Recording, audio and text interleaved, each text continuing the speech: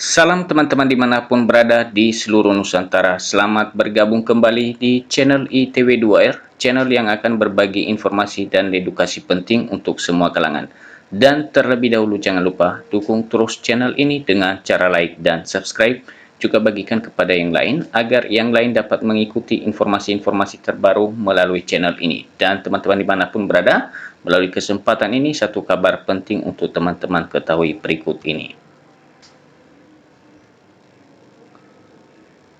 Nah, teman-teman, informasinya pengumuman kelulusan P3K tahap 2 sebentar lagi, disusul dua kebijakan penting. Jadi, teman-teman, setelah pengumuman kelulusan P3K tahap kedua nantinya, akan ada kebijakan untuk para calon P3K, para tenaga honorer yang tidak lulus P3K. Berikut informasinya, mari kita ikutin bersama di muat salah satu media nasional, yaitu jpnn.com, dan teman-teman ikutin informasinya hingga selesai. jpnn.com Jakarta, jadwal pengumuman kelulusan P3K tahap 2 dimulai pada 16 hingga 25 Juni 2025. Untuk formasi tertentu yang memerlukan seleksi kompetensi teknis tambahan, pengumuman kelulusan P3K 2024 tahap 2 mulai tanggal 16 hingga 30 Juni 2025. Jadi jelas jadwal pengumuman kelulusan P3K, teman-teman, untuk diketahui bagi formasi yang memerlukan seleksi kompetensi teknis tambahan dimulai pengumumannya pada tanggal 16 hingga 30 Juni mendatang. Jadwal tersebut tertera pada lampiran surat edaran BKN nomor 7199 garing P dan seterusnya 2025 tertanggal 20 Mei 2025. Adapun pengisian daftar riwayat hidup DRHNI P3K dimulai tanggal 1 hingga 31 Juli 2025. Jadi itulah jadwal mulainya pengisian daftar riwayat hidup dimulai tanggal 1 hingga 31 Juli. Tahapan akhir seleksi yakni usul penetapan NIP 3K yang dimulai tanggal 1 Agustus hingga 10 September 2025. Kebijakan optimalisasi formasi P3K 2024. Setelah pengumuman kelulusan, Panselnas CASN 2024 akan menerapkan kebijakan optimalisasi formasi.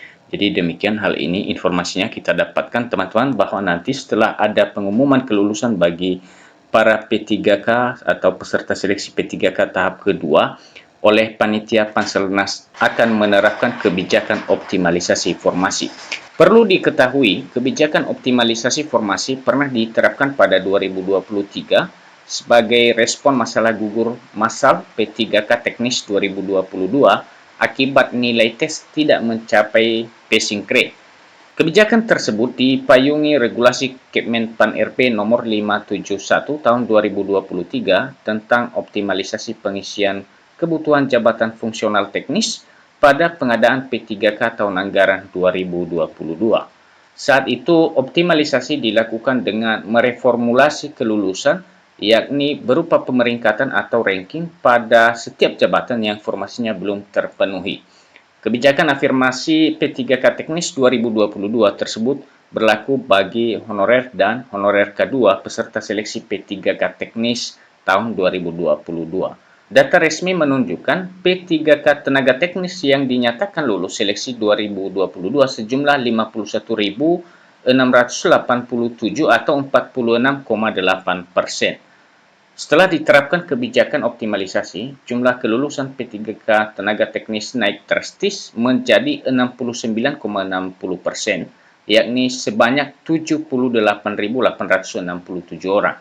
Kebijakan optimalisasi formasi akan kembali diterapkan seusai pengumuman kelulusan P3K tahap 2. Jadi melalui kabar ini teman-teman diinformasikan bahwa nanti setelah pengumuman kelulusan P3K akan ada kebijakan optimalisasi formasi, dan melalui kebijakan optimalisasi formasi ini seperti pada tahun-tahun sebelumnya, maka para peserta yang tidak lolos P3K akan bisa menjadi P3K penuh waktu. Deputi Bidang Sistem Informasi dan Digitalisasi Manajemen Aparatur Sipil Negara (BKN) Suharmen menyampaikan, optimalisasi diterapkan kepada honorer yang sudah mengikuti seleksi P3K 2024 tahap 1 dan 2 yang belum mendapatkan formasi P3K penuh waktu. Jadi kebijakan ini teman-teman hanya berlaku bagi yang sudah mengikuti rangkaian proses seleksi P3K. Kebijakan tersebut juga tidak dibatasi untuk honorer database BKN, tidak ada batasan hanya untuk honorer database. Walaupun masuk database BKN, tetapi bila tidak ikut seleksi P3K 2024, tidak bisa masuk optimalisasi, kata Suharmen beberapa waktu lalu. Nah, ternyata kebijakan optimalisasi ini, teman-teman, tidak hanya berlaku bagi teman-teman yang sudah terdata di database BKN, juga bagi mereka yang belum terdata di database BKN, namun telah mengikuti seleksi P3K. Kepala BKN Zudan Arif Fakrullah menjelaskan, pengisian formasi kosong P3K tahap 2 diambilkan dari honorer tidak lulus P3K tahap 1 dengan mencari ranking terbaik sesuai kriteria pelamar prioritas. Jadi, optimalisasi itu diberlakukan setelah P3K tahap 2. Sisa formasinya diisi dengan skema optimalisasi berdasarkan ranking terbaik dan pelamar prioritas, kata Prof. Zudan kepada CPNN.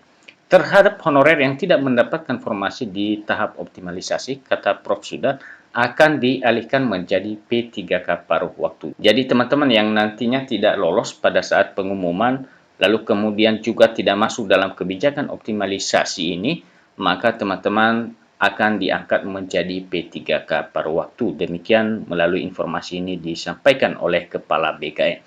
Sekali lagi, pada penerapan optimalisasi, honorer database BKN akan lebih diprioritaskan dibanding non-database BKN.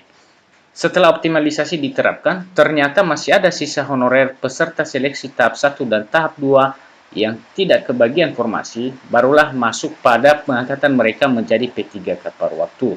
Itu pun harus melalui usulan pejabat pembina kepegawaian atau PPK. Yang perlu juga menjadi catatan bahwa hingga saat ini belum ada regulasi yang memungkinkan honorer non-database BKN diusulkan menjadi P3K paruh waktu. Jadi ini untuk diketahui para rekan-rekan yang belum masuk database BKN, untuk diangkat menjadi P3K paruh waktu masih belum ada aturan yang mengatur tentang itu. Regulasi yang sudah ada yakni Kemenpan RB nomor 16 tahun 2025 yang pada diktum kelima dinyatakan bahwa pengadaan P3K paruh waktu dilaksanakan bagi honorer database BKN.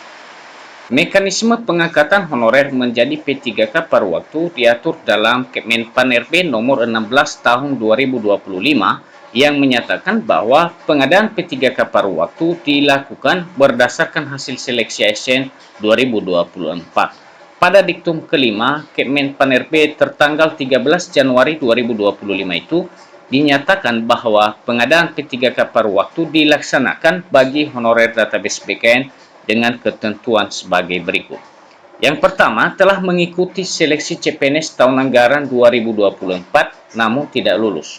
Atau kedua, telah mengikuti seluruh tahapan seleksi P3K tahun anggaran 2024 namun tidak dapat mengisi lowongan kebutuhan. Kemenpan RB nomor 16 tahun 2025 juga mengatur mekanisme pengangkatan honorer database BKN menjadi P3K paruh waktu, yakni di diktum ke-7 dengan ketentuan sebagai berikut. A. Pejabat Pembina Kepegawaian (PPK) mengusulkan rincian kebutuhan P3K paruh waktu kepada Menpan RB berdasarkan ketentuan sebagaimana dimaksud dalam diktum kelima. B. Rincian kebutuhan P3K paruh waktu bagi non-ASN sebagaimana dimaksud dalam diktum kelima wajib diusulkan seluruhnya oleh PPK. C. Menpan RB menetapkan rincian kebutuhan P3K paruh waktu pada setiap instansi pemerintah. D. Rincian kebutuhan P3K paruh waktu terdiri atas kebutuhan jumlah, jenis jabatan, kualifikasi pendidikan, dan unit penempatan.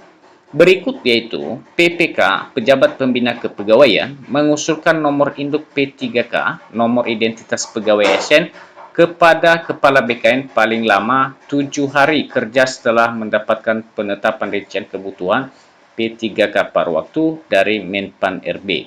Berikut Kepala BKN menetapkan nomor induk P3K atau nomor identitas pegawai ASN. Selanjutnya penerbitan nomor induk P3K atau nomor identitas pegawai ASN sebagaimana dimaksud pada huruf F diterima oleh PPL paling lama 7 hari kerja sejak waktu penyampaian.